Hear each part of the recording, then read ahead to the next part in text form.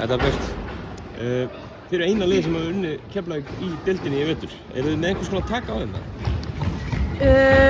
Já, það virðist vera. Við allavega erum bara búin að stúdera þær vel og svo er náttúrulega hópurinn líka búin að styrkjast. Þannig ég held að það spilir vel inn í og mætum bara tilbúnar á móti. Þið náið fyrstu 3 leiklutarnir hjá okkur í þessum leik voru bara frábærar á móti þessi sterku Keflavíkur-liði. Ef þú leiðir aðeins í gegnum það, hvað voru það að gera sem gekk upp hjá okkur?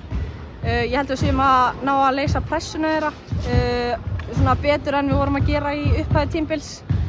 Ef við náum því ekki þá lendum við í klandri, þannig að ég held að það spili stóru hlutverki og svo erum við líka bara yfirvegar í sókninni og erum ekki að láta það íta okkur út í eitthvað sem við viljum ekki gera.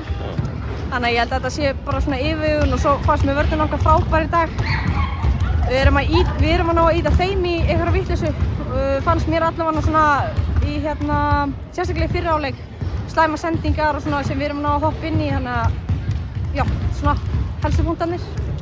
Heitasta liðið í deildinni fyrir leikinn í dag, búin að vinna 8 í röð, búin að vinna 9 í röð og topp í Keflavíkur röð, bara leiðin upp töfluna. Finnið þið fyrir einhvers konar svona pressu sem þið eru sjálfur að búa til?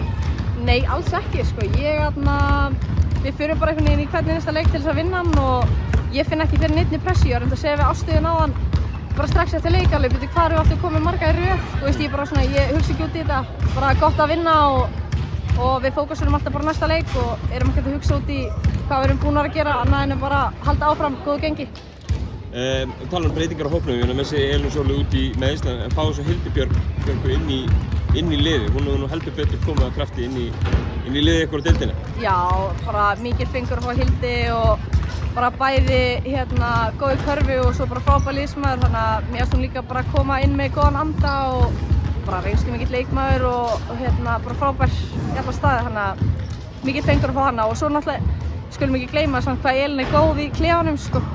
Þannig að hún er að mæta henn á æfingar þegar hún geti ekki verið að æfa og þannig að hún er alveg að gefa okkur gott líka þó hún sé ekki að spila.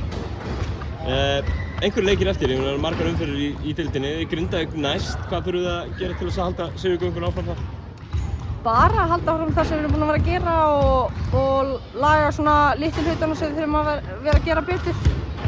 Þannig að bara já, halda áfram, við höfum greinilega verið að gera eitthvað rétt, þannig að bara halda þessu áfram.